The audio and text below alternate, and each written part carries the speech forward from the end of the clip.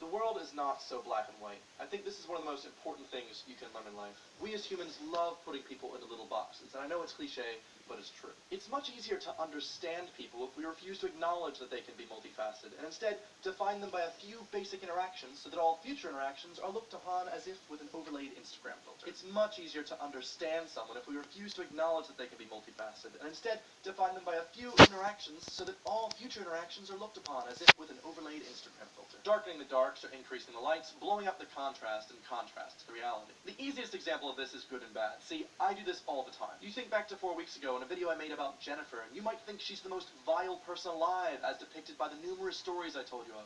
But that'd be discounting her so much as a person. What of the positive memories? The playing video games, the getting scared together, the cooked dinners, the close moments? All of these are now just an uncomfortable reality that I refuse to accept as real because they don't align with this evil person that I've pinned her to be. They don't fit in this box of bad that I put her in. But these bad memories are most recent and most strong, and it makes it so difficult to view her outside of this box as the complex individual that she is. And this is the same thing that happened with my dad. They say you should always love your family, because in the end, they're all you've got. And I kinda get that, but I kinda don't. To put it simply, I've never had the ideal family life that so many of my friends have and take for granted. I've never quite had that loving father, mother, brother relationship. I think most of my nurturing made me feel alone and very much into myself. The fact that I couldn't really fully trust anyone. But that's not to say I've got bad parents or a bad family, it's just that families are made of humans and humans are flawed. Something I owe my dad. My life. I mean, without my dad, I wouldn't be born, so thanks, Pop, but then what? The other day, my mom found a drawing I'd made when I was in kindergarten of our family.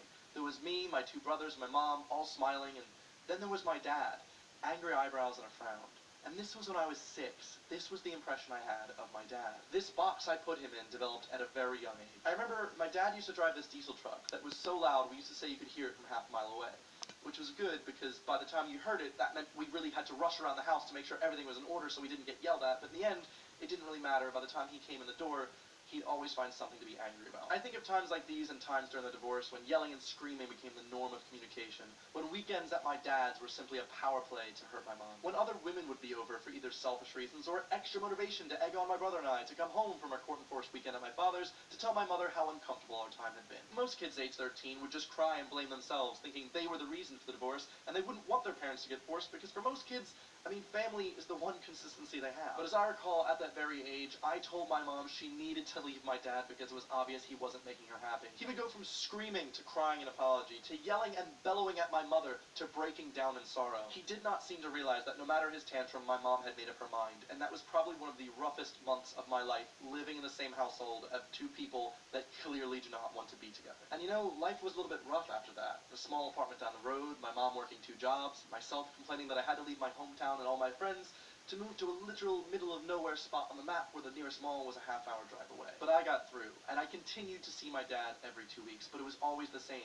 You know, I think I learned a lot from my dad about how not to be. You see, even when my parents were together and I spent time with my dad, it was always through non-action. When he took me on a camping trip with the Scouts, he just fished the whole time. I didn't get to do any of the activities that the Scouts had prepared for us, just fished. Whenever he used to take me to work, I would just sit next to him in the truck and play Game Boy or read Harry Potter. And sometimes he'd quip something or other, but for the most part, it was silence. And as sad as this sounds, those are some of my happiest memories with him, are actually just being in a truck and him not even talking to me and just allowing me to do what I want to do. Towards the end, I still went to my father's every other weekend, where all I'd do is sit on his computer playing Civilization or playing Halo with my brother while he did nothing. Sometimes he wasn't even there. He never even tried to join in. In fact, the memories that I have of him playing games with me are quite bad. I remember once when all I wanted to do was play Super Mario World, but my dad was like, no, you can't play that until you beat me at Tetris, which was his way of saying, you're not going to be playing that game. He wanted me to get better at his favorite game, Tetris 2.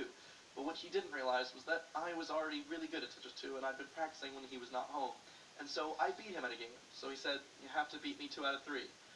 It went on like that until I literally beat him at 7 games in a row, to which he threw the controller, breaking it in a rage on the ground. And when I turned to him and said, can I play Super Mario World now, he screams no at me. No, I'm proud of you, son. Congrats, son, you're better than me. You did well, like, go play your game. Nothing. Just anger. So many of these memories I have that have just been locked away in a box in my brain that I've never told anyone. And when I turned 18 and I didn't have to see my dad anymore, I just stopped. I had university. I had a job. I moved to England. I had to make videos. I was busy. He'd try and reach out to me and add me on Facebook, but I would just block him. His Facebook was full of crazed slander against my mom, and it was embarrassing. Over time, he tried adding me with 6 different accounts, and I blocked every single one. I was protecting myself. I didn't want this person in my life anymore. I didn't need them. I had now surrounded myself with new friends and family that loved me for who I was and never made me feel uncomfortable. But none of that matters anymore. On October 20th, 2016, my father passed away. When I heard the news, I just stepped out of a sauna of my hostel in Stockholm, Sweden, and I saw I had a missed call from my mom. And the only emotion that I could really feel at that time was weirdness. It just felt so weird. Like, I didn't feel sad or upset or angry. I literally just said, oh, that's really weird. You see, for 8 years of my life, my father had basically been dead to me. So when he actually died, there was not much of a difference. Out of all my skills, something I'm really good at is controlling what goes on in my brain. I can avoid thinking about anything with enough focus. So I didn't really think about it until just now. In fact, I've been using his death as a sort of dark humor type thing. So if someone says something mean to me, I'll be like, hey man, you can't say that. My dad just died. Which is such like a, oh my god, type of reaction. People are you serious? I'm like, yeah.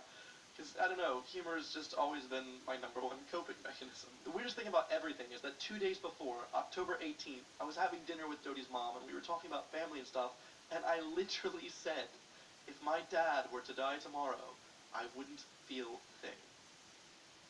2 days later, I didn't really. That's how much I'd cut him out of my life. And then 2 days later, it happened. And it wasn't until 2 weeks after that, until I actually felt anything, when I just happened to look at his Facebook and unblock him and see photos of him from the last 8 years that some of them I didn't even recognize. I don't think I'd be able to recognize my own dad.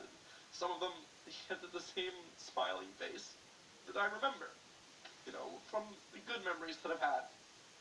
But there were so many that I missed out on because I just didn't have him in my life for so long. So it wasn't until I saw these pictures, saw my dad the way I'd never seen him, that I finally began to feel something and cry. And I feel like this video and scripting this and figuring out what I want to say is probably the most therapeutic thing I could be doing for the situation. No matter any of his flaws, no matter what I disagreed with him with, he was my dad, and I was his son. I cut him out, and now he's gone. There were positive memories, happy times that I had with my dad, but I chose not to remember them because they didn't fit into the little box I'd made for my dad. But nowadays, he's in a different type of box, and I don't think he's leaving that one anytime soon. Don't be me, please.